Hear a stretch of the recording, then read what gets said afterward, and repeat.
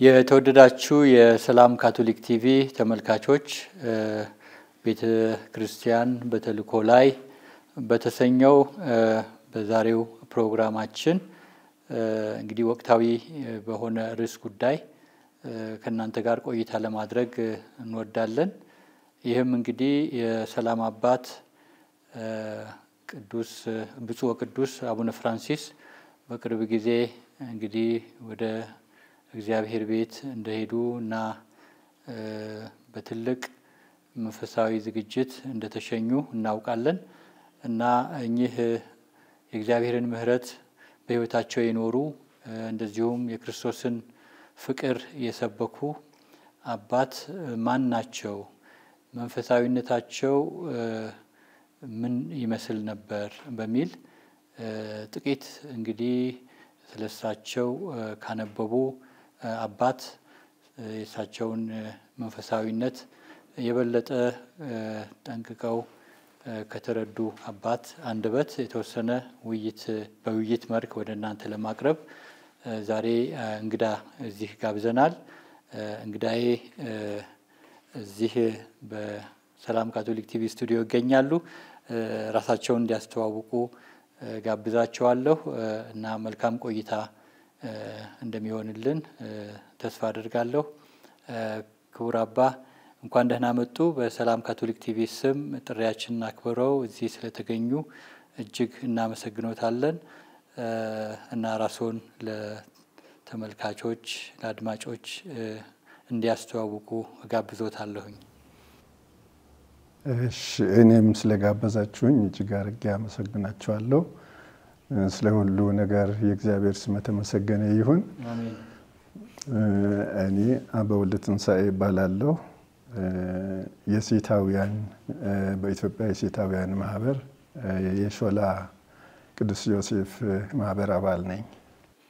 እሺ፣ እግዚአብሔር ይስጥልን። ያው ገዳመ ሴታውያን በዚህ በአዲስ አበባ ሰበካ በሾላ ቅዱስ ዮሴፍ ቁምስና እንደዚሁም ገዳሙም ቁምስናውም እዛ አገልግሎት ከሚሰጡ አባቶች አንዱ እንደሆኑ እናውቃለን። እንደዚሁም ደግሞ በአዲስ አበባ ሰበካም ለሰበካ ካህናት ተለያዩ ጊዜያት ሱባኤ እየሰበኩ እንደነበረም እናውቃለን። እንደዚሁም በሌሎችም ገዳማት እና ስለሚሰጡት አገልግሎት ዛሬም እንግዲህ እዚህ ስለተገኙ ስለ ርዕሰ ሊቃነ ጳጳሳት የቀድሞ ፖፕ ፍራንሲስ ሕይወትም እንደዚሁም መንፈሳዊነት ከኛ ጋር በዚህ ፕሮግራም ቆይታ ሊያደርጉ ስለመጡ በድጋሚ አመሰግናለሁኝ።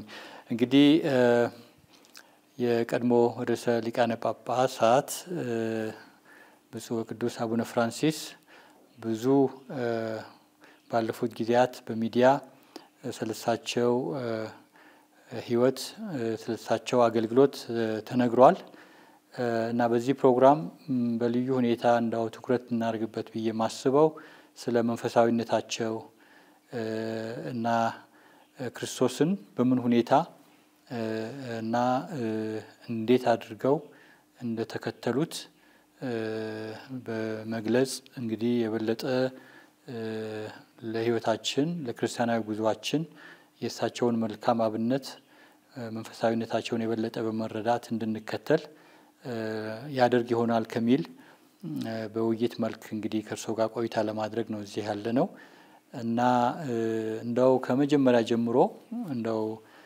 ርዕሰ ሊቃነ ጳጳሳት ሲመረጡ የነበረው ሁኔታ አጀማመሩ ላይ ያለው ነገር እንደው ከዚያ ጀምረን ውይይት ብናረግ። እሺ፣ እግዚአብሔር ይስጥልን። እንደምታወቀው እሳቸው የመጡት ከአርጀንቲና ነው። ለዚህ እዛም ያገለገሉ በነበረበት ጊዜ ከፍተኛ ትህትና ነበራቸው። ከድሆች ጋራ ብዙ ጊዜ ያሳልፉ ነበረ እና አደራረጋቸው ሁሉ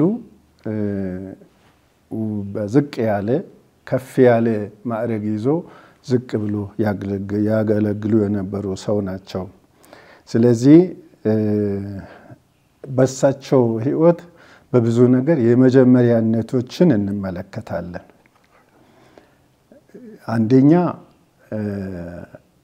የመጀመሪያ የአሜሪካ አህጉራት ጳጳስ ናቸው። ርዕሰ ሊቃነ ጳጳሳት ናቸው።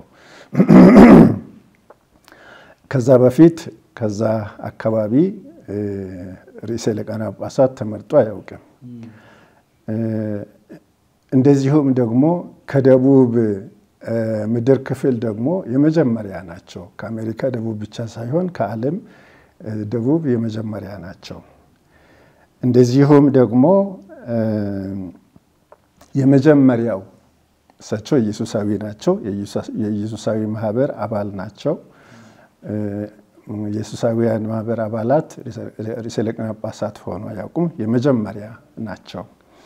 ስለዚህ ወደዚህ ኃላፊነታቸው ሲመጡ ይህንን የኢየሱሳዊ ማህበር መንፈሳዊነትን የአእምሮ ልቀትን እና ማስተዋልን እነዛን ነገር ይዘው መጥቶ በህይወታቸው አሳይተዋል።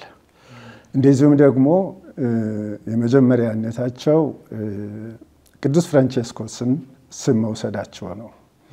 እንደምናውቀው ቅዱስ ፍራንቺስኮስ በጣም ትሁት የነበረ ከተፈጥሮ ጋራ በጣም ተቀራርቦ ተዋህዶ ይሰራ የነበረ ሰው፣ ድሆችን ይወደ ነበረ፣ ሰላምን ይወደ ነበረ፣ አካባቢን እግዚአብሔርን ፍጥረት በጣም ይወደ ነበረ ሰው ነው የነበረ። ስለዚህ ያንን ስሙን በሚወስዱበት ጊዜ የቅዱስ ፍራንቺስኮስን መንፈሳዊነት ለመኖር ያሰቡ መሆናቸውን እና በኋላ በኖሩት ህይወታቸው ያንጸባረቁት ህይወት ይገልጻል። በህይወታቸው እነዚህን ሁሉ መንፈሳዊነቶች አሳይቷል። ማለትም ሰላምን፣ ድሃን መውደድን እና አካባቢን፣ እጽዋትን ቅዱስ ፍራንቺስኮስ ተፈጥሮን ወንድምና እህት እያለ ነበር ይጠራ የነበረው። እናትም እያለ ይጠራ ነበረ። ያንን በተግባር አሳይቷል። በዚህ በመጀመሪያነታቸው ትልቅ እይታ ነው። ለምን ከእሳቸው በፊት የነበሩ ርዕሳነ ሊቃነ ጳጳሳት አብዛኞቹ ከሰሜኑ ምንድነው የዓለማችን ክፍል ነበሩ። በተለይ ከምዕራብ አውሮፓ በተለይም ከጣሊያን ነበሩ እና ለመጀመሪያ ጊዜ እንግዲህ ቤተክርስቲያን ይህንን ትልቅ ኃላፊነት የሰጠችው ለሳቸው ለደቡብ አሜሪካው ወይ ደግሞ በደቡቡ የዓለም ክፍል ባለው እንግዲህ የመጀመሪያ መሆናቸው ራሱ አንድ ትልቅ ታሪክ ያለው ነገር ሆኖ ነው እንግዲህ እያለፈ ያለው። እንደዚሁም እንደ ኢየሱሳዊም እንዳሉት እንግዲህ ለመጀመሪያ ጊዜ እንግዲህ ኢየሱሳውያን ለብዙ ዘመናት እንግዲህ አገልግለዋል በቤተክርስቲያን እና ቅድም እንዳሉት ደግሞ መንፈሳዊነትም እነዚሁም በአእምሮ ልህቀት ብዙ የሰሩ ብዙ በሚባልላቸው የቤተክርስቲያን አካል ናቸው። ነገር ግን አንድም ከኢየሱሳውያን ባለፉት እንግዲህ 400-500 ዓመታት ርዕሰ ሊቃነ ጳጳስ ወይም ጳጳሳት የሆነ የለም እና ለእሳቸው እንግዲህ ይህንን ትልቅ ቦታ የአገልግሎት ቦታ ሲያገኙ እንግዲህ የመጀመሪያ ሆነው እንግዲህ ምን ያህል የእግዚአብሔር ፈቃድ በእሳቸው ላይ እና እሳቸውም እንደ ኢየሱሳዊ የራሳቸው የማህበራቸው መስራች እንደ ስም አይደለም የወሰዱት። የሌላ ማህበር የቅዱስ ፍራንቺስኮስ የፍራንሲስካውያን መሪ የሆነው የቅዱስ ፍራንቺስኮስን ማህበር አባል ማለት ስም ነው የወሰዱትና ይህም የሚያሳየው እንግዲህ የጊዜውን ሁኔታ በማንበባቸው ነው። ቅዱስ ፍራንቺስኮስም በዛ ጊዜ የጊዜውን አንብቦ ቤተክርስቲያን መታደስ ስለነበረባት እና ቤተክርስቲያን ደግሞ በዓለም ውስጥ ያላትን ሚና የበለጠ መስፋት አለበት በሚል እግዚአብሔር እንግዲህ ባነሳሳው መሰረት ለቤተክርስቲያን እንግዲህ ትልቅ የመታደስ ምክንያት ሆኗል። እሳቸውም እንግዲህ ይህንን ዘመን ከ800 ዓመት በኋላ ይህንን ሲያስቡት ጊዜውን ሲያነቡ የሱ መንፈሳዊነት ነው አሁን የበለጠ ቤተክርስቲያንን ሊያድስ የሚችለው የሚለውን ሐሳብ እሳቸው ላይ መጥቶ እንደ ኢየሱሳዊ የፍራንሲስካን ስፒሪቹዋሊቲ መውሰዳቸው ራሱ ድንበር ተሻጋሪ ያደርጋቸዋል። ልዩ ታሪካዊ እንትን ነው የሚያደርጋቸው እና ቤተክርስቲያን ዓለም አቀፋዊት መሆኗ እንደዚሁ በጠባብ በሆነ አመለካከት ሳይሆን ሰፋ ያለ የወንጌል ትምህርት ይዛ የምትጓዝ መሆኗን እንደዚሁም ክፍፍል የማታምን ግን ሁሉንም የምታስተናግድ መሆኗን ያሳዩ አባት ናቸው። በዚህም እንግዲህ የቤተ ክርስቲያንን ትልቅ ሐሳብ በተለይ ከሁለተኛ የቫቲካን ጉባኤ በኋላ ቤተ ክርስቲያን ዓለም አቀፋዊነቷን ለማስፋፋት ባለፉት 50-60 ዓመታት ሰርታለች። ይህንንም በዚህ ነው ያደጉት እሳቸው።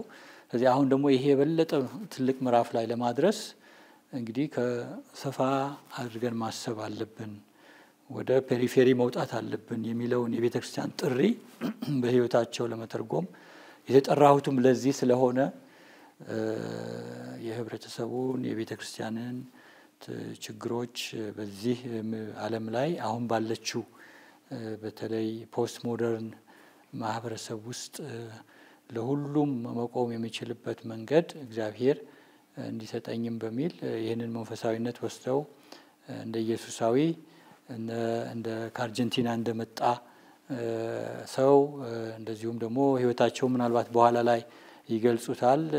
በስደትም ከስደተኛ ቤተሰብም እንደመውጣታቸው ያንንም ሁሉ ያካተተ ነው እንግዲህ ጅማሮና የእግዚአብሔርም ራሱ ጥሪ አመራረጡም ራሱ አጀማመራቸውም በጣም የሚደንቅ ነው። በዚያ በ16 ቻፕል በ16 ቤተ ጸሎት የነበሩ አባቶች እሳቸውን ለመምረጥ ማን ነው ይመጣል ብለን ነበረ የምንጠብቀው ሁላችንም አይደል? ያስታውሳሉ። ሁላችንም በያለንበት እና በኋላ እሳቸው ስም ሲጠራ ማሪዮ ኦርሄ ቦርጎሊዮ ሲባል ሁሉም ግራ ነው የተጋባው። እኚህ ማን ናቸው? ነገር ግን እግዚአብሔር በዛ ውስጥ ስራውን ይሰራ ነበር በካርዲናሎች አማካይነት። ይህንን አሁን ቅድም ያነሷቸው ባህሪያት እንበላቸው እንዳሉት ይዘው ያሉ አባት እዛ በመካከላቸው ነበሩ። እግዚአብሔር ግን ይሄንን ያውቅ ነበርና ለካርዲናሎችም በመንፈስ ቅዱስ ተመርተው እሳቸውን እንዲመርጡ አደረገ። በዚያ ሚዲያ ደግሞ በዛ ጊዜ ሌሎች ስሞች ይዞ ነበረ። ትንሽ ያው ሚዲያ ሁሉ ጊዜ ያው የፖለቲካም ጽንፍ አለውና ነገር ግን ምርጫቸው በጣም የሚደንቅ ነውና የእግዚአብሔር ስም አሁንም በሳቸው ምርጫ ላይ የነበረውንም ወደ ኋላ አድርገን ስናስበው ይሄ ሁሉ የሰጡት ስጦታ እሳቸውን ለቤተ ክርስቲያን ሲሰጥ እንግዲህ እንደ ስጦታ ነበሩ ይላሉ። አሁን አንዳንድ ካርዲናሎች እነዚሁ ሲጠየቁ ሚዲያ ላይ እንደ ዛሬ ጠዋት እንደውም ሰምቻለሁኝ ማነበሩ ፖፕ ፍራንሲስ ሲባሉ ሲያልፉ ካርዲናሎች ወደ ስብሰባ ሲገቡ ስጦታ ነበሩ። እሳቸው ማን ነበሩ? ስጦታ ነበሩ፣ እግዚአብሔር ስጦታ ነበሩ ብሎ ነው ያለፉት። ጋዜጠኛውም እግዚአብሔር ስጥልን ብሎ ዘጋ፣ ብዙም አልጠየቀም። እሳቸውም ሲያልፉ ነው ይሄን ያሉትና እንግዲህ አሁን የተናገሯቸው ነገሮች እንግዲህ እሳቸው ለዓለም ለቤተ ክርስቲያን ትልቅ ስጦታ እንደነበሩ የሚያመላክት ነገር ነውና እውነት ነው። እና እንደ ወደ ዝርዝር አንዳንድ ነገሮች ላይ ስንሄድ ስጦታነታቸው ለብዙ ነገር ነው የሆነው የነበረው እና አገልግሎታቸውም በሚታይበት ጊዜ የቅዱስ ፍራንቺስኮስን መንፈሳዊነት የኢየሱሳዊ ባክግራውንድም ቢኖራቸው ያንን ይዘው ደግሞ በአገልግሎት ሲቆሙ እንግዲህ በህይወት እንደ ኢየሱሳዊ ኖረዋል። በአገልግሎት ደግሞ እንደ ቅዱስ ፍራንቺስኮስ ነው ያገለገሉት እና ቅዱስ ፍራንቺስኮስ የድሆች አባት የተገፉት እንደዚህ እና እንዳው ከአገልግሎታቸው አንጻር ስናስብ ቅድም እንዳነሱት ከዚያ እንግዲህ ትንሽ ወደዛ ውይይታችን ወደዛ ብናመራ እንግዲህ ከአገልግሎታቸው አንጻር ስንመለከት እንደ ጵጵስና የኖሩት ጳጳስ ሆኖ የኖሩት ህይወት በጣም ቀላል የሆነ ህይወት ነው የኖሩት። ደሃ ህይወት ነው የኖሩት። ለዚህ ተራ ነገሮችን ነው ይመርጡ የነበሩ። መታየትን አይፈልጉም ነበረ። እዚህ በቦነስ አይረስ በኖሩበት ጊዜ እንደ ካርዲናል ሆኖ ሲኖሩ ካርዲናል ቦርጎሊዮ ሆኖ ይኖሩ በነበረበት ጊዜ በተራ አፓርትመንት እየኖሩ ወጥ ቤተኛ እንኳን አልነበራቸውም። ምግባቸውን ራሳቸው አብስሎ ነበር አዘጋጅቶ ነበር የሚበሉ። እንደዚሁም ደግሞ እንደ ማዕረጋቸው የሚሆን የመንቀሳቀሻ መኪናም አልነበራቸውም፣ አይጠቀሙም ነበር። ሾፌርም አልነበራቸውም። ሁሉ ጊዜ ከድሮ ጀምሮ ሁሉ ጊዜ ከህዝብ ጋር ነው ይጓዙ የነበሩ። ትራንስፖርት ህዝብ የሚጠቀሙን ትራንስፖርት ይጠቀሙ ነበር። እዚህ ደሃን በጣም ይወዱ ነበር። ልክ እንደ ፍራንቼስኮ ስም ገና እሳቸው ይህን ስም ከመምረጣቸው በፊት ደሃን በጣም ይወዱ ነበር። ለዚህ በቦነስ አይረስ የድሆች መንደር የሚባል ቦታ ነበረ። ድሆች የሚገለገሉበት ቦታ ነው። እሳቸው እዛ ብዙ ጊዜ እዛ ነው ይገኙ ነበሩ። በትጋት ያገለግሉ ነበር እዛ። በዚህ ምክንያት የድሆች ጳጳስ የሚል ስምም ሁሉ ተሰጥቷቸው ነበር። እንደዚሁም ደግሞ ለህዝብ ችግር በጣም ቅርብ የሆኑ አባት ተብሎም ይጠሩ ነበር። ለዚህ የእሳቸው የጵጵስና ጉዟቸው ቅድም እርሶ በተመረጡ ጊዜ ብዙዎች አላወቋቸውም ነበር ማን ነው ብሎ ሁላችንም እንጠብቅ ነበር። ግን ሲወጡ በቃ እጃቸውን እጅ አንጠልጥሎ ነው የወጡ። እንደዚህ ሆነው በኋላ ቡራኬ ሰጡና ገቡ። ማንም አላወቃቸው ነበር። ድብቅ ህይወት ግን በመንፈሳዊነት የተሞላ ህይወት ይኖሩ ነበር። እሳቸው እቅዳቸው የአገልግሎት ዓላማቸው ምንድነው? አብሮ መሆን፣ ሰዎችን አብሮ እየተጓዙ እነሱ ለነሱ መረዳት መሞከር። መረዳት የሚቻለው አብሮ በመሆን ነው። ስለዚህ እሳቸው በጉዟቸው ከነዚህ ከችግረኞች፣ ከድሆች፣ ከበሽተኞች ጋር አብሮ ብዙ ጊዜ ስላሳለፉ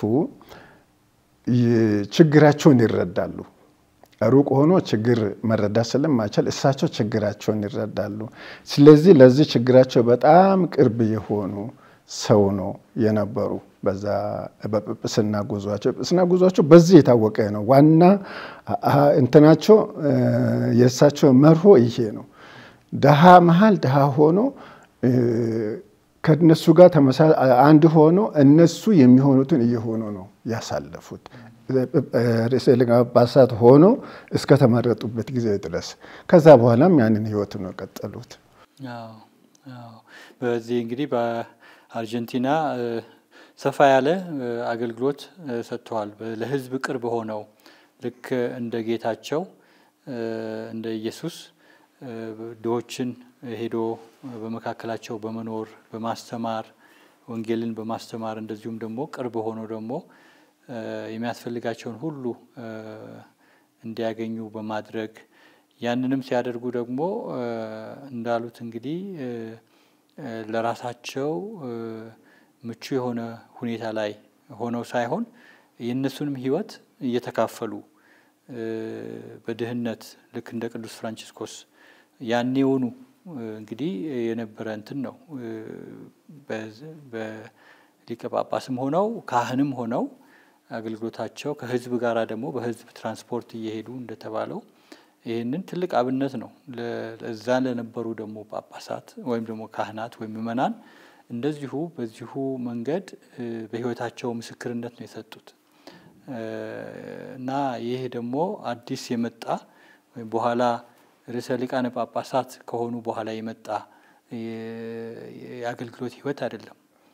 ገና ከመጀመሪያ እንደ ካህንም በነበሩበት ጊዜ እንደ ሊቀ ጳጳስም በነበሩ ጊዜ ያሳለፉት ህይወት ነውና ይሄ እንግዲህ ትልቅ አስተማሪ የሆነ የአገልግሎት ህይወት ነው ያሳለፉትና በእውነት እግዚአብሔር በሳቸው ህይወት ብዙዎችን ነክቷልና በዛ ለዚህም ነው ደግሞ ብዙዎች አሁን በሳቸው እንደ ካህን እንደ ሊቀ ጳጳሳት እዚያም ስለ የሰጧቸው አገልግሎቶችን በማሰብ ምስክርነት ይሰጣሉ።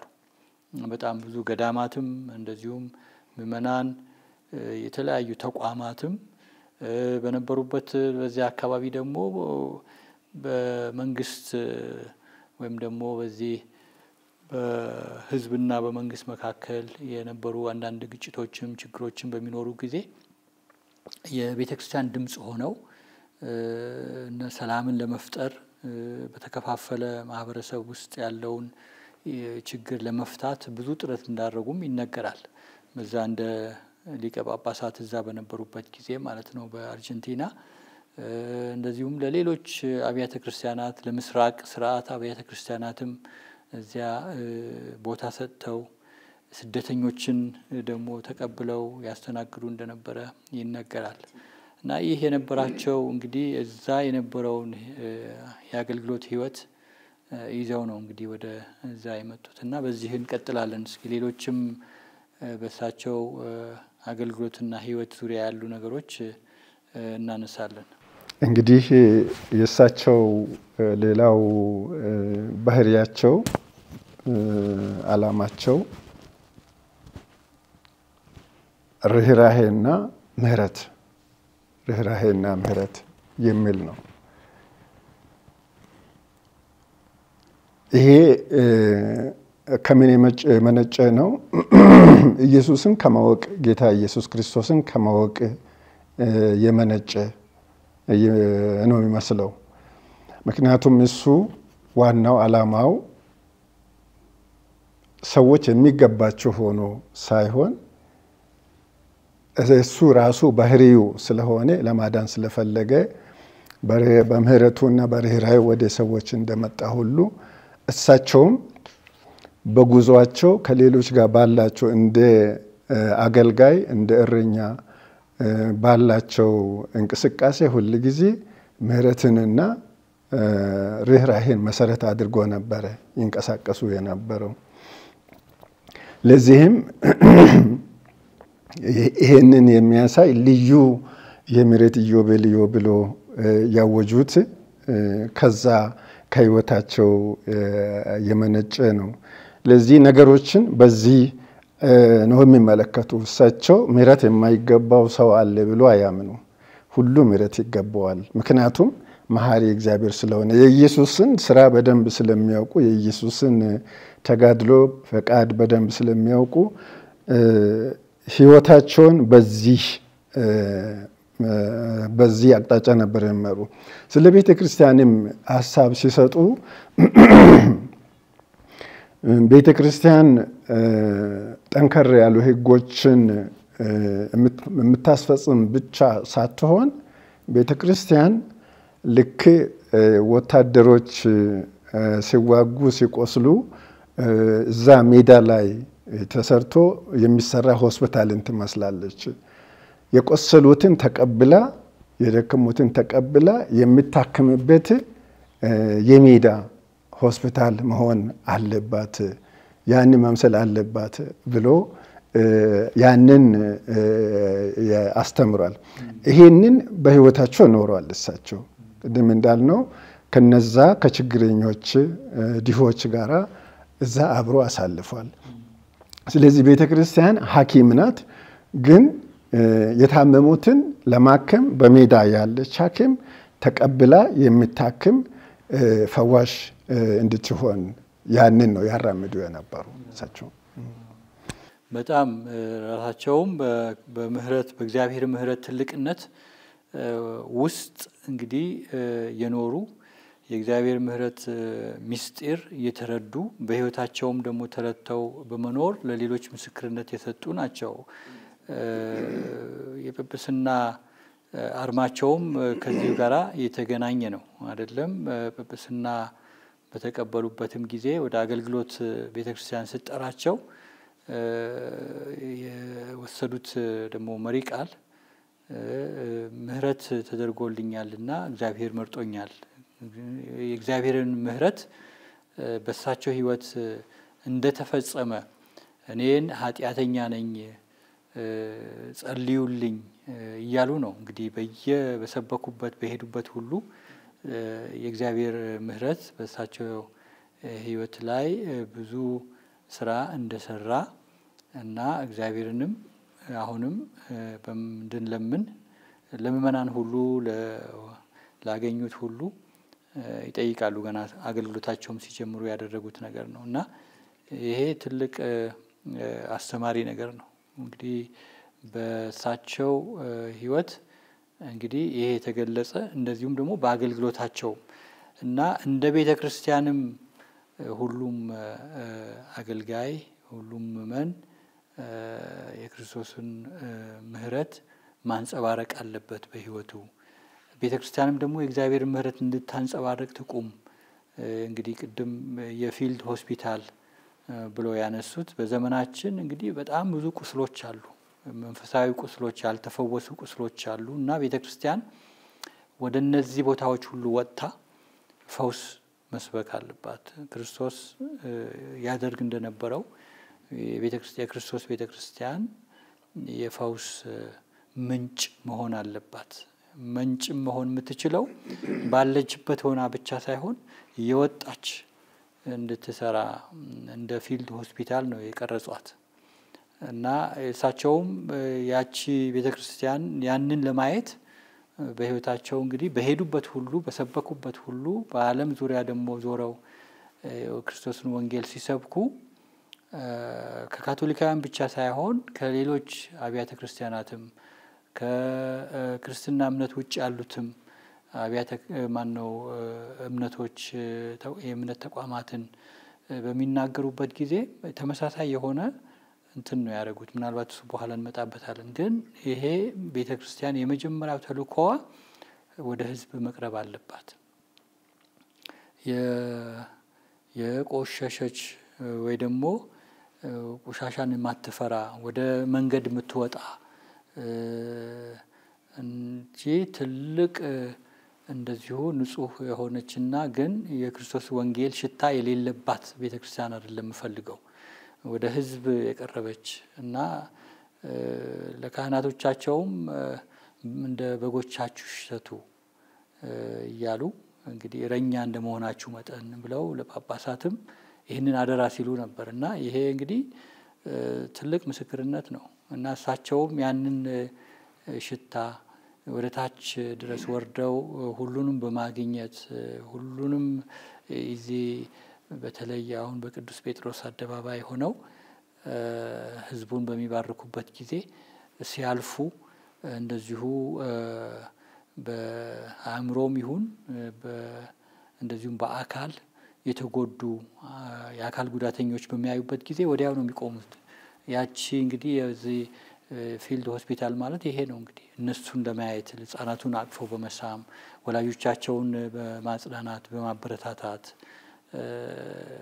ያንን ያሳዩ ነበር። እንግዲህ ይሄ የታመሙት ጋር በመሄድ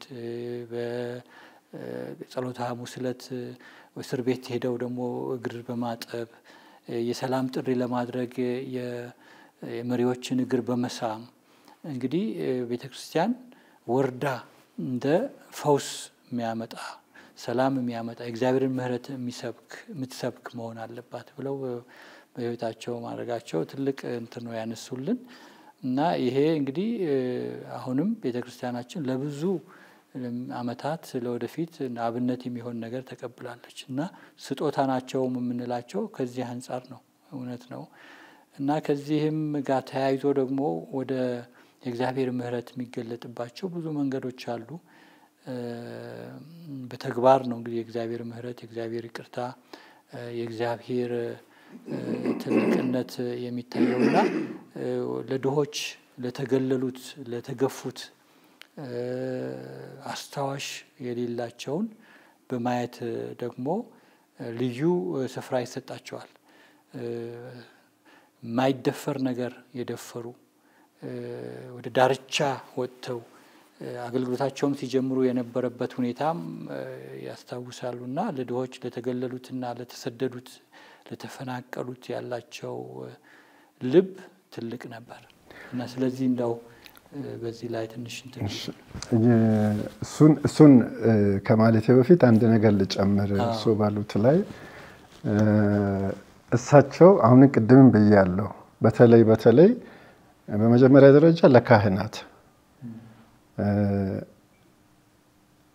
አብሮ ለከሌሎች ጋራ አብሮ ካልሆኑ መረዳት አይቻልም የነዛን ሰዎች ችግራቸው መረዳት አይቻልም ስለዚህ እንደ ክርስቲያን በክርስቲያናዊ ጥበብ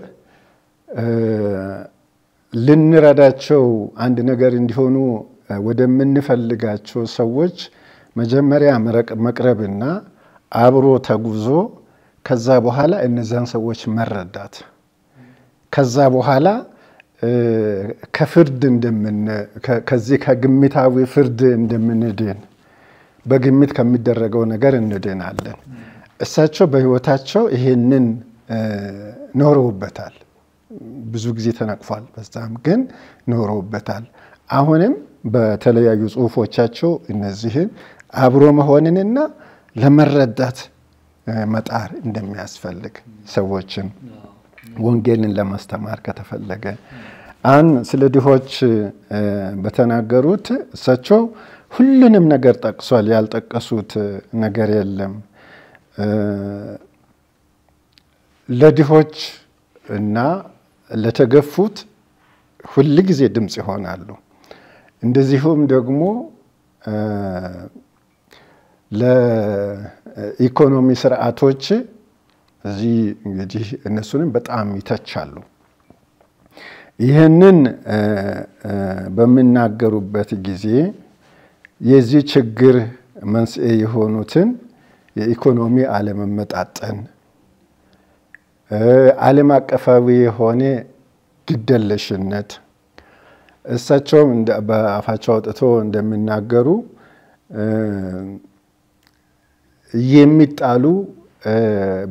የሚጣሉ ነገሮች ባህል ትሮአዌይ ካልቸር ይላሉ እነዛ ምንድናቸው ሌላ ደግሞ እነዚህ ሰዎችን ፕላኔቷንም የሚነኩ የሚያጣጥሉ ነገሮች እሳቸው ድምጽ ሆኖ አገልግሏል የሚጣሉ ባህሎች ብሎ ሲናገሩ ምን ማለታቸው ነው የኢኮኖሚ ችግርን በተመለከተ ነው ይሄንን የሚናገረው በዚህ ምንድነው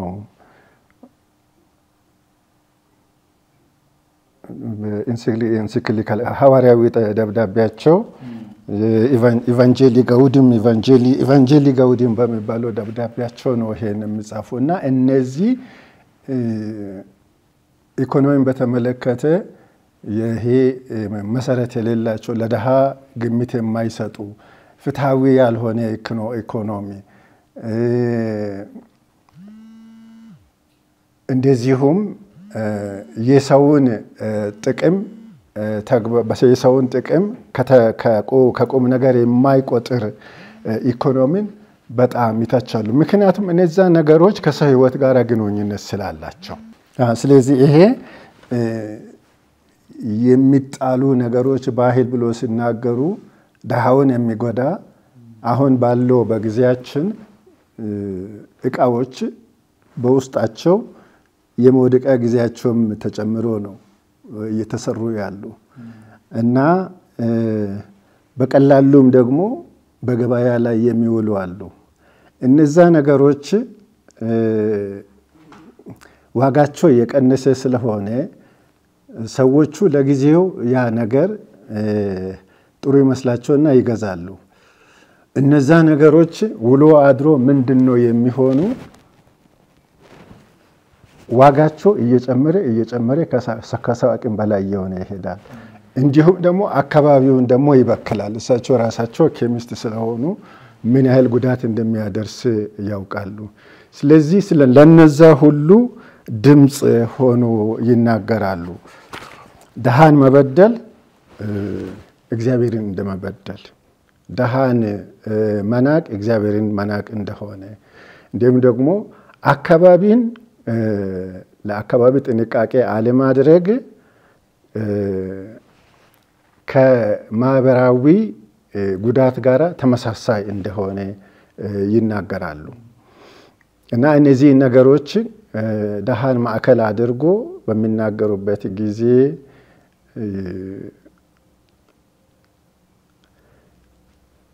ለዚህ ምክንያት የሚሆነውንም ሌሎች መተቸት የማይደፍሩትንም ባለሀብቶችን ምዕራባዊ ስልጣኔውን ሁሉ ይተቻሉ፣ ለነዛ ድምጽ ይሆናሉ። ልክ ነው።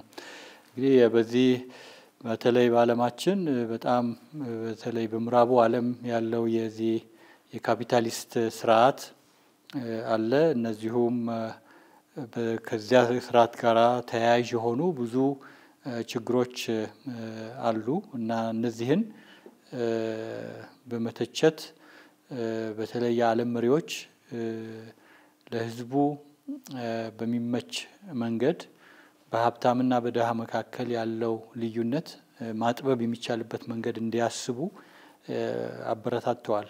ለዓለም መሪዎችም ለሚመለከታቸው አካላት ተቋማት እንደዚሁም እንደ ቤተክርስቲያንም በቤተክርስቲያን ውስጥ ያለውንም አይተን እንግዲህ በተቻለ መጠን ቤተክርስቲያን ያላትንም ሀብት ሁሉ ተጠቅማ ለድሆች ቅርብ ሆና ድሆችን ማገልገል እንዳለባት ድሆችን በማገልገል አሳይተዋልና እሳቸው እውነት ነው ያነሱት። በተለይ ደግሞ የተገለሉት እና ትኩረት ያጡ ድምጽ አልባ ለሆኑት ደግሞ ድምጽ በመሆን በዚህ በኢኮኖሚ ሳቢያ ከደቡቡ ዓለም በተለይ ደግሞ ከአፍሪካ ተሰደው ወደ አውሮፓ ለመግባት ጥረት የሚያደርጉ እነዚህ ወጣቶች የሰጠሙበት ቦታ ላምፓዱዛ የሚባል የዚህ የእስራኤል ደሴት ምንድነው የጣሊያን ደሴት ድረስ የመጀመሪያ ጉዟቸው ያደረጉት እዛ ነው። የተረሱት ትኩረት እንዲያገኙ በማድረግ እንግዲህ ያሳዩት አንድ ትልቅ ምሳሌ ነው። የመጀመሪያ ጉዟቸው ያደረጉት ዩናይትድ ኔሽን ወይ ደግሞ ትልልቅ መንግስታት ያሉበት ትልቅ ጉባኤ ለመሳተፍ አይደለም። መጀመሪያ ሄዱት እነዚህ ድምጽ አጥተው በዛ ቦታ በብዙ ሺህ የሚቆጠሩ ባህር ላይ የሰጠሙበት ቦታ ሄደው የዓለምን ትኩረት እንዲስብ ጉዳዩ ደግሞ በተባበሩት መንግስታትም አጀንዳ ላይ እንዲሰፍር ለማድረግ የአውሮፓ መንግስታትም ይህንን የሆነ ያለው ነገር በደንብ አይተው በራቸው እንዲከፍቱ ለማድረግ ነው። እንግዲህ የተገፉት ወይም የተሰደዱት በተለያየ ቦታ የሞቱ ያሉትን መድረስ ማለት ይሄ እንግዲህ ትልቅ የአገልግሎታቸው ጅማሮ አድርገው የወሰዱት ይሄ ነው። ከዚያም በኋላ ደግሞ እንግዲህ የሄዱባቸው ቦታዎች ሁሉ የተጓዟቸው ጉዞዎች ሁሉ በመናይበት ጊዜ በጣም የሚደንቅ ነው።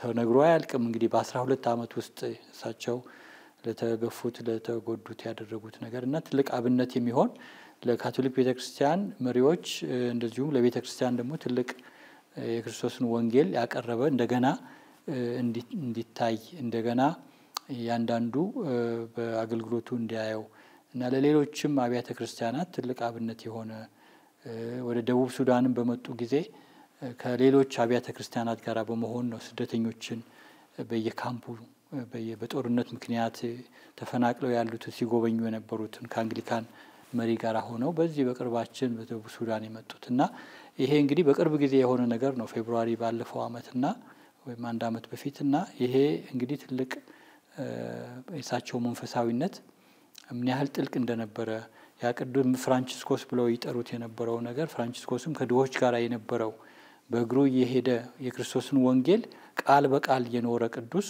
እሳቸውም በዚህ መንገድ ከድሆች ጋር ተቆራኝተው ነው ህይወታቸውን አሳልፈው ከአርጀንቲና ጀምሮ እስከ መጨረሻው እንግዲህ ያ መልካም ፋሲካ እስከተመኙበት ጊዜ ድረስ ያ የክርስቶስን ለድሆች ያለው ድምጽ አሰምተው ነው ያለፉት እና ይሄ ደግሞ እንግዲህ ከማህበረሰቡ አንፃር ያሉት ነገሮች ናቸው። እነዚህ ሰውን ለሰው ልጅ ክብር ከመስጠት አንፃር የሰው ልጅ እንግዲህ በእግዚአብሔር አምሳል የተፈጠረ ክቡር የሆነ ሰው ነውና መከበር አለበት የሚል ድምጽ ነው ይዘው የሄዱት።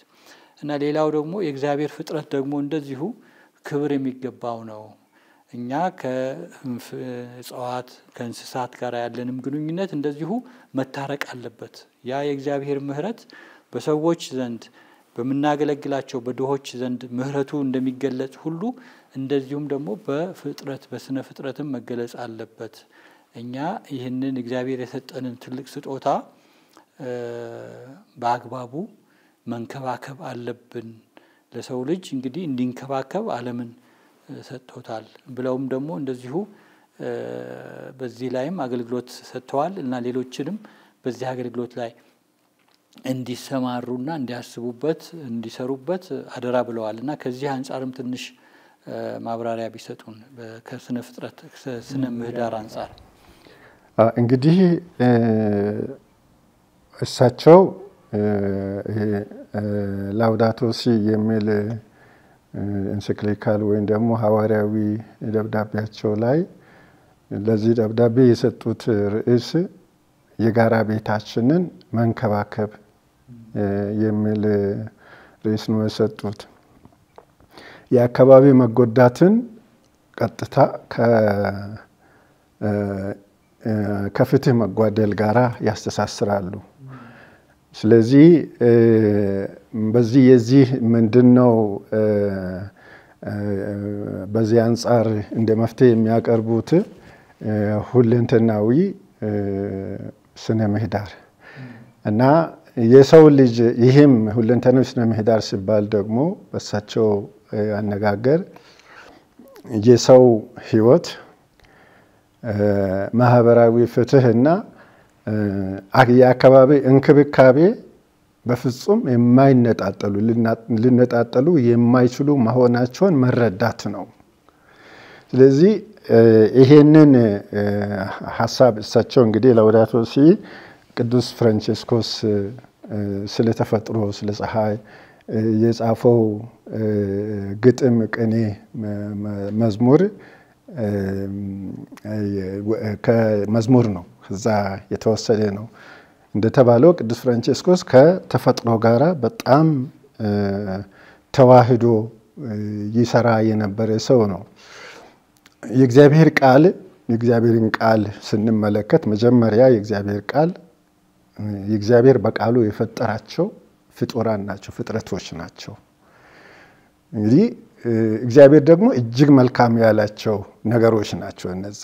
ምክንያቱም ከእግዚአብሔር መጥፎ ነገር አይወጣም። እግዚአብሔር መልካም ነው። ያንን መልካም የሆነውን ነገር ደግሞ የሰው ልጅ እንዲያስተዳድር እግዚአብሔር ሰጥቶታል። ቅዱስ ፍራንቺስኮስ ያ ጥበብ ገብቶታል። ያ የእግዚአብሔር ስጦታ ገብቶታል። በጉልበት አይደለም፣ በእግዚአብሔር ኃይል የሱን መንፈስና እግዚአብሔር መንፈስ አንድ በማድረግ ብዙ ተአምር የሚሰራ ነበር። ስለዚህ ይሄ ተፈጥሮ ለሰው ልጅ የተሰጠው ተፈጥሮ በሚበላሽበት ጊዜ ተጠያቂው ሰው ነው። ሁሉም ይጎዳል፣ ሁሉም ይነካል፣ የሁሉም ህይወት ይቃወሳልና እና ያንን መገንዘብ ያስፈልጋል።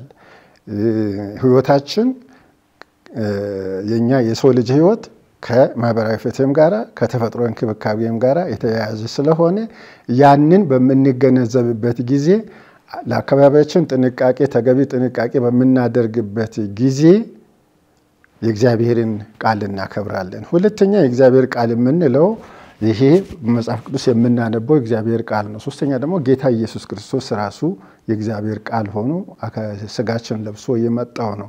ለዚህ አንዱን አክብረን ሌላውን አለማክበር አንችልም። የግድ ይሄንን የእግዚአብሔርን ተፈጥሮ ማክበር እንደሚገባን እሳቸው በህይወታቸው ይመክሩናል፣ ያሳዩናል። አዎ በጣም የሚገርም ነው። በተለይ በዚህ ዘመን ይሄ የአካባቢ ጥበቃ የጋራ ቤታችን በጋራ እንንከባከብ የሚለው ሰነድ በጣም የሚያስፈልግበት ጊዜ ላይ ነው። እሳቸው ይህንን እንደ ትልቅ የሐዋርያዊ መልእክት አድርገው ያመጡት። በተለይ ደግሞ የዓለም መንግስታት በዚህ ኢኮኖሚውን ለማሳደግ በሚል የሚያደርጉት እንቅስቃሴ ምን ያህል ዓለማችንን እንደጎዳ፣ ምን ያህል በተለይ በአፍሪካ፣ በኤዥያ፣ በእስያ እንደዚሁም በላቲን አሜሪካ ያሉ ገበሬዎች ምን ያህል እንደጎዳቸው ይታያል። ስነ ምግባርን በተለይ ስነ ምህዳርን በደንብ እንግዲህ ላጠናና ያለው እንግዲህ በተለይ ተመራማሪ የሳይንስ ምሁራንም በዚህ ላይ የአየር መዛባት የመጣበት ዋናው ምክንያት ምን እንደሆነ ስለሚገልጹ ማለት ነው። ስለዚህ ያንን የበለጠ የትልቅ የዓለም መሪዎች የፖለቲካ አጀንዳ እንዲሆን ሄደውም በመድረካቸው በትልቅ መድረኮች በመናገር ይህ ሐዋርያዊ መልእክት እንግዲህ ከመጽሐፍ ቅዱስ ከእግዚአብሔር ቃል አንጻር እንዲረዱት እና በዚህም እንግዲህ ሰፋ ያለ ትኩረት አግኝቶ አሁን እንግዲህ የዓለም መንግስታትም የራሳቸው እርምጃ ወስደው ይህንን ለማሻሻል ጥረት እየተደረገ ነው ያለው እና ትልቅ ተጽዕኖ ነው በዚህ ላይ ያሳደሩትና በዚህም እንግዲህ ይታወሳሉ ለረጅም ዓመታት። የቅዱስ ፍራንቺስኮስም ትልቁ እንግዲህ ጥሪ ይሄ ነበር። በህይወቱም የኖረው እግዚአብሔር ፍጥረታትን ሁሉ ከሰው ልጅ ጋር ያገናኘ ወንድም እህት እናት እያለ እየጠራ ያደረገው ቅድም ያነሱትም ይሄ ያንን ፍራንቺስኮስ የሚለውን ስሙን ብቻ መውሰድ ሳይሆን እሱ ትልቅ የነበረባቸው ነገሮችን በዚህ ዘመን እንደገና ሰዎች እንዲያስቧቸውና አንሰራርቶ ደግሞ የበለጠ ለዚህ ዘመን ፈውስ እንዲሆን አድርገዋል እና ከዚህ አንጻር ደግሞ እንደው ስለ መንፈሳዊነታቸው የቅዱስ ፍራንቺስኮስን መንፈሳዊነት ከመውሰድ አንጻር ሲታይ እንግዲህ ቅዱስ ፍራንቺስኮስ የሰላም አንዱ ተሟጋች ነበር። ሰላምን በምድር ላይ ለማስፈን የጌታ ሰላም እንግዲህ እውነተኛ ሰላም ነው እና ያንን ይዞ ደግሞ ሰዎች እንዳይጋጩ እርስ በርሳቸው ህብረት እንዲኖራቸው እና የእግዚአብሔር ቃል የእግዚአብሔር መንፈስ ይህንን ስለሚያደርግ ያንን በህይወቱ የመሰከረ ነው እና እሳቸውም ይህንን በመያዝ ድልድይ በመሆን ሰርተዋል። እንግዲህ ከዚህም አንጻር የተራራቁትን የማቀራረብ ስራም ሰርተዋል። በእምነት ቤቶችም ይሁን እንደዚሁም ደግሞ በፖለቲካም በሚታይበት ጊዜና ከዚህ አንጻር እንደው የሰሩት ስራ ትንሽ ቢያነሱልን። እንግዲህ እሳቸው እንዳሉት ለውይይትና ድልድይ የመሆን ህይወት ነው የኖሩት። የሃይማኖቶች ውይይትን በተመለከተ ከብዙዎች ጋራ ገና አርጀንቲና በነበሩ ጊዜ ጳጳስ በነበሩ ጊዜ ካርዲናል በነበሩ ጊዜ ብዙ ይሰሩ ነበር ከሉቴራኖች ጋራ ከሙሉ ወንጌል አማኞች ጋራ ከተለያዩ ፕሮቴስታንቶች ጋራ ይሰሩ ነበር። ቅድም እርሶም አንስተዋል። ስለዚህ ዋናው ነገር የእሳቸው ቅድም እንዳልነው አብሮ ሆኖ መረዳት ነው። እንግዲህ በእንትን ካልተቻለ በእምነት ከማንስማማ ከሆነ በስብዕና ተገናኝተን እንስራ የሚል እንትን አላቸው። ስለዚህ የሃይማኖትን ውይይት በተመለከተ ብዙ አድርጓል። ለምሳሌ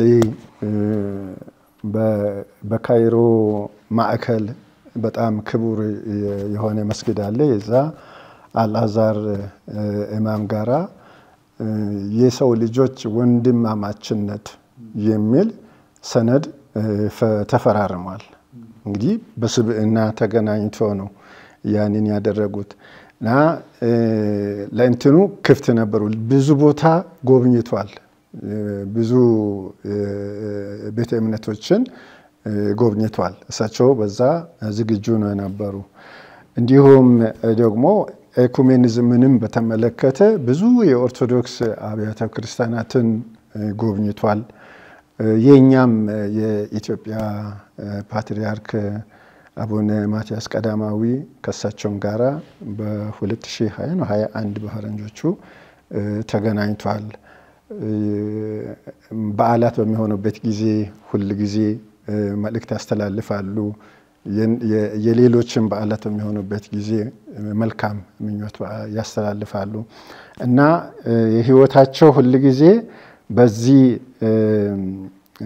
በስብዕና የተሞላ ነው። በሌላ መገናኘት ካልቻል በስብዕና ምክንያቱም ሰው ለኛ በተለይ ለክርስቲያኖቹ ማንኛውም ሰው የእግዚአብሔር አርአያ ነው። ማንኛውም ሰው የእግዚአብሔር አርአያ ስለሆነ የሚያኖረው ህይወት የሚሰጠው እግዚአብሔር ስለሆነ ለዚህ በእግዚአብሔር ፈቃድ የሚኖር እስከሆነ ድረስ በዛ በስብዕና ተገናኝተን መማማር እንደምንችል ያስተማሩ በህይወታቸው ያስተማሩ አባት ናቸው። ነው ብዙ አብያተ ክርስቲያናት መሪዎች ያመሰግኗቸዋል። ምክንያቱም የዘመኑን ትልልቅ ችግሮችን በጋራ ሆነን ለመፍታት እንነሳ ብለው ጥሪ አድርገው የራሳቸው ብቻ ሳይሆን እንደ ቅድስት ቤተክርስቲያን ካቶሊካዊት ቤተክርስቲያን ሐዋርያዊት በዓለም አቀፍ እንግዲህ መዋቅሯ ተዘርግቶ ያለ ቤተክርስቲያን 1.4 ቢሊዮን ያላት እና ብዙ ምሁራን የያዘች ተሸከመች ቤተክርስቲያን ይዘው የዛ መሪ ሆነው እናንተም ጋር ካለው ዕውቀት እናንተም ጋር ካለው ነገር ጋር አብረን ይሄንን በዓለማችን ውስጥ ያለውን ችግር እንፍታ ብለው ነው እንግዲህ አካታች በሆነ መንገድ ሌሎችን አሳታፊ በሆነ መንገድ ድልድይ ለመሆን እንዳሉት እና የውይይት ባህል እንዲሰፍን በተለይ አሁን ባለንበት ዘመን የውይይት ባህል የጠፋበት ሁሉም ሰው የራሱን ነገር የሚናገርበት ጊዜ ነው ያለው። የጋራ ውይይት የሚደረግባቸው ሁኔታዎች በጣም ያነሱበት ጊዜ ስለነበረ ይህንንም እንግዲህ በተለይ የእምነት አባቶችን ጠርተው ይህንን ከተለያዩ ከሙስሊም እንዳሉት እንግዲህ ከሼክ አልአዛር አልታይብ ጋራ በዩናይትድ አረብ ኤምሬትስ ይህን መፈራረማቸው አንድ ትልቅ ማሳያ ነው። ከእስልምና እምነት ጋራ ወንድማማቾች ነን የሚለው እንግዲህ በዚህ ጊዜ የሚያስፈልግ ነገር ነው እንጂ ይሄ በጣም ይሄ አክራሪነት እና እኔ በልጣለሁኝ ሌላውን ወደኔ ያመጣለሁ የሚሉ የመሳሳብ ነገሮች ሳይሆን የእምነት ልዩነት ቢኖረንም ግን በሰብአዊነት ምንሰራቸው በጣም ብዙ የሚያገናኙ ነገሮች ስላሉ አብረን እንስራ የሚል ነው ይሄን ሰነድና ይህም እንግዲህ ጥሪ ተጽዕኖ መፍጠራቸው ደግሞ የሚያሳየው የተባበሩት መንግስታት የተፈራረሙበት ዕለት ፌብሩዋሪ 4 ነው 2019 ያንን ዕለት እኮ በአመቱ የዩናይትድ ኔሽንስ ይህንን ቀን የዓለም ወንድማማቾች ቀን ሂዩማን ፍራተርኒቲ ዴይ ተብሎ ዲክሌር ተደርጓል። ይሄ እንግዲህ ምንድነው ትልቅ እንትን ነው እና አሁን በዓለም አቀፍ ደረጃ ያ ፌብሩዋሪ 4 የተፈራረሙበት ዕለት ሂዩማን ፍራተርኒቲ ዴይ ተብሎ ይከበራል። እዚህም በተወሰኑ ጊዜያት ባለፉት አመታት ለማክበር ሞክረናል እዚህ ኢሲኤ የዩኤን አዳራሽ ላይ እና ይሄ እንግዲህ እሳቸው የተውልን ትልቅ ሀብት ነው አብነት ነውና ይሄ በእምነት ቤቶች በኩል ነው ያለው ነው። በሌላው ደግሞ የአሜሪካ መንግስትና የኩባ መንግስት ለረጅም አመታት እንግዲህ በጎረቤት ሆነውም ሳለ ግን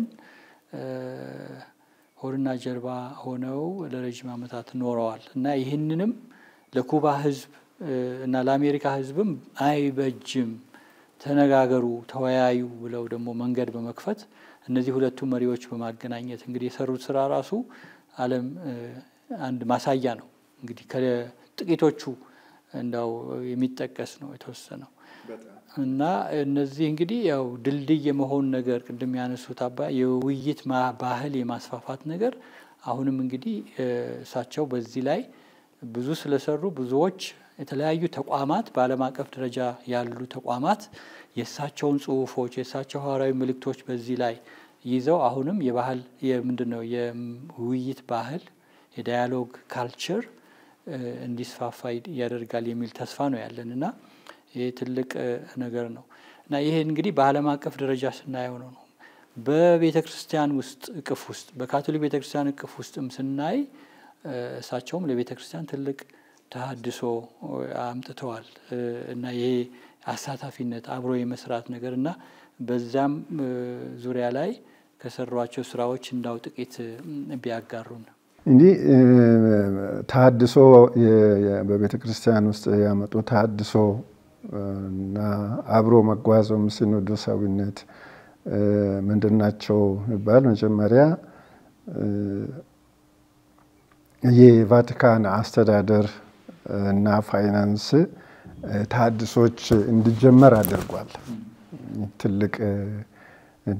ትልቅ እንትን ነው እንግዲህ ትልቅ ድፍረት ነው ያንን ማስተረጋቸው ለምንድነው እንደዛ ያስተረጉት ለስራ ቅልጥፍናም ነው ለግልጽኝነትም ነው እዚህ ይሄ የሚቀጥል ጉዳይ ነው ሲኖዶሳዊነትን ደግሞ ስንል ቤተክርስቲያን በየእርከኗ ካህናት ጳጳሳት ካህናት ዲያቆናት ህዝቡ ሁሉ ወደ ክርስቶስ አብሮ የሚጓዙበትን አብሮ የሚሄዱበትን መሄድ የሚያስችላቸውን ነገር የሚያስችላቸውን የማዳመጥ ኃይል አዳምጦ አብሮ መጓዝ የሚችሉበትን ዘዴ መፍጠር ነው ሲኖዶሳዊነት ስሉ በቃ ሁሌ አብሮ መጓዝ ነው እኛ ከሁሉም ጋራ ከጳጳሳትም ከካህናትም ሁላችንም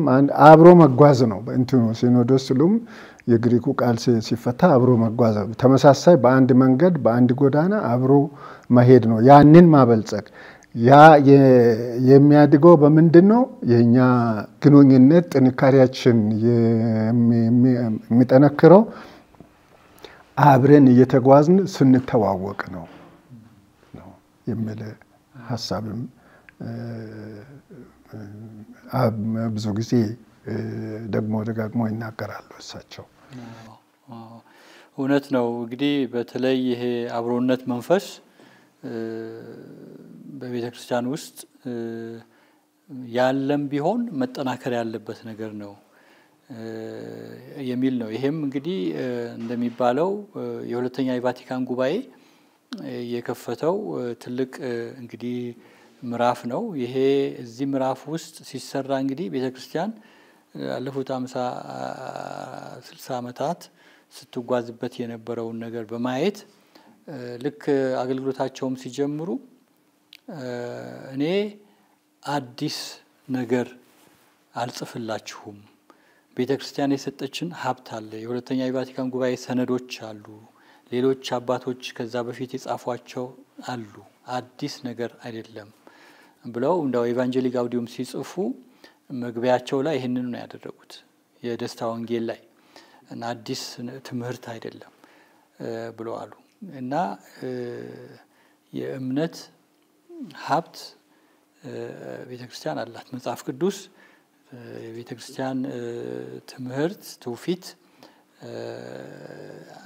የአባቶች ሐዋርያዊ መልእክቶች እነዚህ ሁሉ አሉ ነገር ግን እንዴት አድርገን ነው ወደታች የምናወርደው እና በኮምፒውተር ቋንቋ እንኳን ብናይ ሃርድዌር አለን ለ2000 ዓመት የያዝነው አለን አሁን ሚገል አፕሊኬሽኖች ሶፍትዌር ነው የሚያስፈልገን ያሉም ይመስላል በሌላ ቋንቋ ሲደረግ ወደታች እንዴት አድርገን ነው ይሄንን ሀብት ለሌሎች እንዴት አድርገን ነው የምናካፍለው ስለዚህ እኔ ትኩረቴ 12 ዓመት እንግዲህ ጉዟቸውን በሚታይበት ጊዜ እንደዚሁ ነው የሄደው ወደ ህዝቡ እንዲወርድ በአገልግሎታቸው ታይቷል እና በቤተ ክርስቲያን ውስጥም ያለው ነገር እንግዲህ በተሳትፎ ምንድነው በህብረት በተሳትፎና በተልእኮ መቆም ምን ያህል አስፈላጊ እንደሆነ እንግዲህ በእነዚህ ሶስት ምሰሶዎች ላይ ቤተክርስቲያን እንድትሰራ ላለፉት 3 ዓመታት ወይም 4 ዓመታት አሁን ከተጀመረበት ጊዜ ጀምሮ የተጓዘን ያለ ነው በጋራ የመጓዙ ነገር ይሄ ለሳቸው የሳቸው ትልቅ ሌጋሲ ነው አሁንም የሚቀጥል መሆኑ ነው። ይሄ እሳቸው ያመጡት የቤተክርስቲያን ትልቁ ትኩረት መሆን ያለበት አሳታፊ የሆነ ብዙ ሀብት አለን እና ይህንንም ሲሉ ደግሞ እንግዲህ ለምስክርነት እንድንወጣ የቤተክርስቲያን ተልእኮ ወንጌልን መስበክ ነው። ያ ተልእኮ ደግሞ በዚህ ዘመን ጠንከር ባለ መልኩ መስበክ የምንችለው በህብረትና በተሳትፎ ስንቆም ብቻ ነው ወደ ተልእኮ መሄድ እና ተልእኳችን ሊያምር የሚችለው ብለው ማለታቸው ይህንን ሲያስታውሱን በእውነት አሁንም በሚቀጥሉት 10 ዓመታት ቤተክርስቲያን የምትመራበት ትልቅ አንድ በጣም የሚል ነው እና ይሄ እንግዲህ መዋቅር ነው። በአንድ በኩል በዚህ መንገድ ነው የምንሄደው ሲኖዳዊ ቤተክርስቲያን በጋራ የምትጓዝ ቤተክርስቲያን መሆን ማለት ነው። ያንን ጉዞ ደግሞ ስናደርግ በምን አይነት መንፈሳዊነት ነው እንዴት አድርገን ነው እነዚህን ነገሮች የምናወርደው ምን አይነት ዘይቤ ነው የምንጠቀመው የሚለውም ራሳቸውም እያሳዩ ነው የሄዱትና እንደው ከዚህ አንፃር የእሳቸው ልዩ የሆነ የመንፈሳዊ አገልግሎት ዘዴዎች እንደው ብለው የሚያነሷቸው ነገሮች ይኖር ይሆን? የእሳቸው ለብዙ ሰው ለብዙ ይሄ ምንድነው የሚባለው ፕሮቶኮል ለለመደ ሰው የማይመች አደራረግ አላቸው። እሳቸው ነገሮችን ሁሉ ጊዜ ቀለል አድርጎ ነው የሚወስዱ። ከሰዎች ጋር ባላቸው ግንኙነት የሚጠቀሙት ቀለል ያለ ቋንቋ ነው፣ ከባድ ቋንቋ አይጠቀሙም። እንዲሁም ደግሞ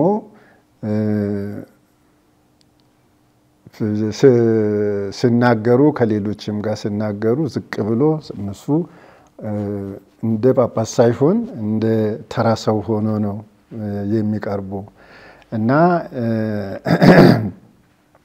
ሌላኛው የእሳቸው ትልቁ መንገዳቸው አገልግሎት መንገዳቸው ስልክ ሲደውሉ ይመልሳሉ፣ ስልክም ይደውላሉ። እንትና አያውቁም። ስለዚህ አማላጅ ማያስፈልግም ለሳቸው። በዚህ ምክንያት የሳቸው ርዕሰ ሊቃነ ጵጵስና ለሁሉ ተደራሽ ነው የሚባል ሐሳብ አለ። ለምሳሌ በጸሎተ ሐሙስ ዕለት የምእመናን እግር ሲያጥቡ የእስረኞችን እግር አጥቧል፣ የእስላሞችን እግር አጥቧል፣ የሴቶችን እግር አጥቧል። ምንድነው ይሄ የሚያሳየው? አቃፊ መሆናቸውን ነው፣ አሳታፊ መሆናቸውን ነው። እዚህ ቤተክርስቲያን የክርስቶስ ስለሆነች ክርስቶስ የሁሉም ነው፣ ክርስቶስ ለሁሉ የመጣ ስለሆነ ለሁሉ በር መክፈትን ያስተማሩ አባት ናቸው። እዚህ ጠባብ አይደሉም፣ ሰፊ ልብ ያላቸው ሰፊ አመለካከት ያላቸው ናቸው። አገልግሎታቸውም በዚህ በሰፊ አመለካከት የሚነዳ ነው። ብዙ እንግዲህ እሳቸው እንደ ርዕሰ ሊቃነ ጳጳሳት ሲሰሩ እንግዲህ ላይ ያለውን አስተዳደሩን ብቻ የማየት ሳይሆን ታች ወርደውም ደግሞ ከካህናቱ ጋር ከምእመናኑ ጋር የሚሰራ ስራም ሁሉ በዚህ መንገድም ቢደረግ እኮ ይቻላል፣ ለሰዎች መቅረብ እንችላለን። ዋናው የእምነታችን ምስጢር የሆነው ነገር ሳይጎዳ ነገር ግን አደራረጋችን ለሰው ሊቀርብ በሚችል መልኩ ማድረግ እንችላለን። ይዘቱ ለውጥ ሳይኖረው ግን በአደራረግ ደግሞ ለብዙ ሰዎች የበለጠ የክርስቶስን ደስታ እንግዲህ አሁን ወንጌሉም ቢሆን መልእክታቸው የመጀመሪያው ያው የወንጌል ደስታ ብለው ነው ያቀረቡት። ስለኛ ደስታ ደግሞ የያዘ ሰው በልቡ የክርስቶስ ደስታ የያዘ ሰው ወጥቶ በደስታ ነው የሚያገለግለው በምህረት ነው የሚመላለሰው። ያ ደስታ ደግሞ የማካፈሉ ሁኔታም የግድ እንደው ድሮ በሚደረገው በፕሮቶኮል በተሞላው መንገድ ብቻ ሳይሆን ትንሽ ወጣ ብለው ያው ያደረጉት ነገር አለ። ብዙ እንግዲህ ለሐዋርያዊ አገልጋዮች እንደዚሁም ደግሞ መንፈሳዊ አገልግሎት ለሚሰጡ በያሉበት አብነት የሚሆናቸው ነገር ከመጀመሪያ ጀምሮ እንግዲህ በስልጣን ላይ ያሉት ስልጣናቸውን እንዴት አድርገው መጠቀም እንዳለባቸው፣ በምን ሁኔታ ከህዝቡ ጋር መሄድ እንዳለባቸው በአገልግሎት በትልቅ አገልግሎት ሹመት ላይ ያሉትም አብነት የሚሆን ነገር እንደዚሁም በታች በማከላዊ መንገድ ደግሞ የሚያገለግሉትም ታችም ያሉት ምእመናንም ደግሞ አገልግሎታቸው በምን ሁኔታ መወጣት እንዳለባቸው፣ እርስ በርሳቸው እንዴት መተሳሰር እንዳለባቸው በህይወታቸው አሳይተዋል። ኑሯቸውም ርዕሰ ሊቃነ ጳጳሳት በሚኖሩበት ተዘጋጀው በዛቸው ሹመት በሚመጥን ቦታ መርቶ መኖር ትተው እዛው እንግድነት እንደ ካርዲናል በቆዩበት ቦታ እዚሁ ነው የምቆየው ብለው በቅድስት ሳንታ ማርታ የእንግዶች ማረፊያ ሆነው ነው አገልግሎታቸውን እንትን ያደረጉት እና ይህ ሁሉ እንግዲህ የሚታየው የበለጠ እንግዲህ ይህን የክርስቶስን ወንጌል ማሰብ ያለብን ወደ ክርስቶስ እንዴት እናድርስ ነው እንጂ እንዴት በመኖራችን እንደዚህ ስልጣን በመያዛችን አይደለም። ወርደን ከሰዎች ጋር ያንን የክርስቶስን ፍቅር በማሳየታችን በማንጸባረቃችን ነው ክርስቶስ የበለጠ የሱን ቤተክርስቲያን ማሳደግ የምንችለው የሚለው እንትን ትልቅ ነው። እንዳነሱት እንግዲህ ብዙ ከዚህ በፊት ያልተለመዱ አካሄዶች የሚጠቁሙ ነገሮች እንግዲህ ሰርተዋልና ትልቅ አብነት ነውና የሳቸው እንግዲህ የአገልግሎት ዘመን በብዙ ሁኔታ ወደፊትም የሚነሳ ነው እና ዛሬ ደግሞ እንግዲህ አዲስ ርዕሰ ሊቃነ ጳጳሳት ሊመረጥ አሁን ቤተክርስቲያን በጸሎት ላይ ባለችበት በዚህ ጊዜ ቆም ብለን እንግዲህ ርዕሰ ሊቃነ ጳጳሳት አቡነ ፍራንሲስን በዚህ ሁኔታ የእሳቸው መንፈሳዊነት የእሳቸው አገልግሎት ህይወታቸው እንዴት ተቃኝቶ እንደነበረ ከመጀመሪያ እስከ መጨረሻ ድረስ አንስተውልናል። ለዚህም እንግዲህ ምስጋናችንን እናቀርባለን። በሌላም እንግዲህ ወደፊት እነዚህ በተለያዩ ርዕሶች ናቸው እንግዲህ አንሸራሸር ነው።